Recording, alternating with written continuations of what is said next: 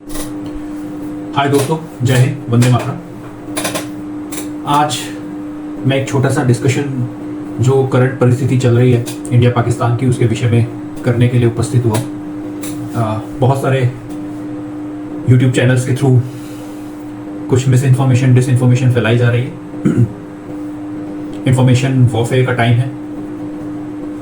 कुछ लोग देश के भले के लिए काम कर रहे हैं और कुछ, आपको पता ही है, इंडिया में ऐसे काफ़ी सारे लोग हैं, उनको इंडिया को पीछे खींचने के अलावा कुछ काम नहीं होता है। जैसे दो दोस्त लड़ रहे हैं और एक और दोस्त उसे पीछे से पकड़ ले कि नहीं मत लड़, और सामने वाला उसे मार के भाग जाए। तो बहुत से लोग इंडिया में ऐसे ही हैं कि वो इंडिया को गिराने में लगे हुए रहते हैं। हम क्या कर सकते हैं?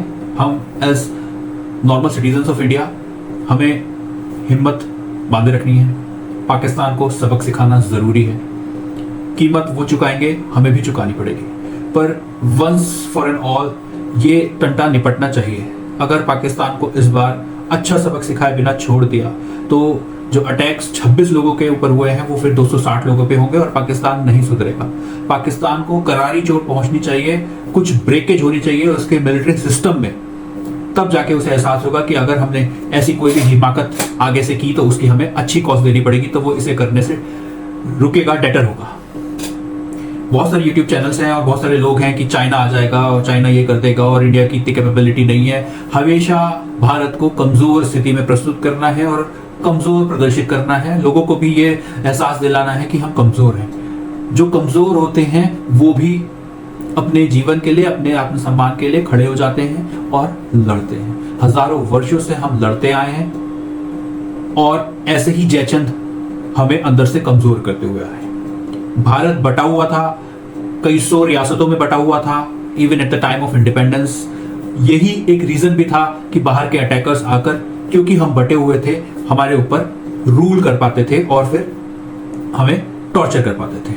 आज हम एक हैं और इस एकता को बनाए रखना है और अपने आप को, अपने सामर्थ्य को प्रदर्शित करना है, उसमें विश्वास रखना है। अपनी सेना पर, अपनी सरकार पर विश्वास बनाए रखें और ऐसे ऊल जुलूल लोगों की जो आपको वीडियोस के थ्रू सोशल मीडिया पर डिमोटिवेट करने की कोशिश कर रहे हैं कि हम कुछ नहीं कर सकते, हम ये नहीं कर सकते, हम वो नहीं कर सकते, चाइना उसके पीछे खड़ा हुआ है पाकिस्तान के, हमें हरा देगा, दिस एंड दैट, देखा जाएगा जो भी होगा। वैसे भी तो मर ही रहे हैं भारतीय, ऐसे मरेंगे कोई बात नहीं, पर एटलीस्ट लड़के मरेंगे। इस टंटे को निपटाना ही निपटाना है। ऐसे जयचंदों से, ऐसे विभीषणों से हमें कोई मतलब नहीं रखना है। उनकी बात सुने ना सुने भी तो एक कान से सुने और दूसरे से निकाल दे। हमें वफादारी की जरूरत है। कर्ण है, अधर्म के साथ था, फिर भी वफादार था, तो आज भी उसका नाम याद रखा जाता है। यहां तो भारत में ऐसे लोग हैं जो धर्म के साथ खड़े हैं और फिर भी भारत की नींव खोदने में लगे रहते हैं या भारत को कमजोर करने में लगे रहते हैं साइकोलॉजिकली।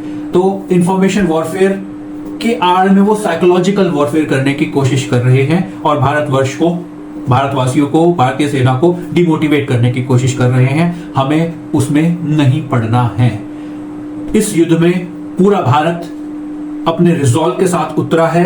कीमत वो चुकाएंगे, हमें भी थोड़ी बहुत कीमत चुकानी पड़ेगी, पर उन लोगों को बड़ी कीमत चुकानी पड़ेगी। और जब वो अधर्म के साथ खड़े हुए हैं, हम धर्म के साथ खड़े हुए हैं, तो हमें इस युद्ध को लड़ना ही होगा। इसके अलावा हमारे पास कोई और उपाय नहीं है। इसलिए अभी के लिए गवर्नमेंट की सारी इंस्ट्रक्शंस को फॉलो करें और साहस बांधे रखें। हमारे इंडिविजुअल साहसों से मिलकर पूरे भारत की जीत का रास्ता प्रशस्त होगा। जय हिंद, जय भारत।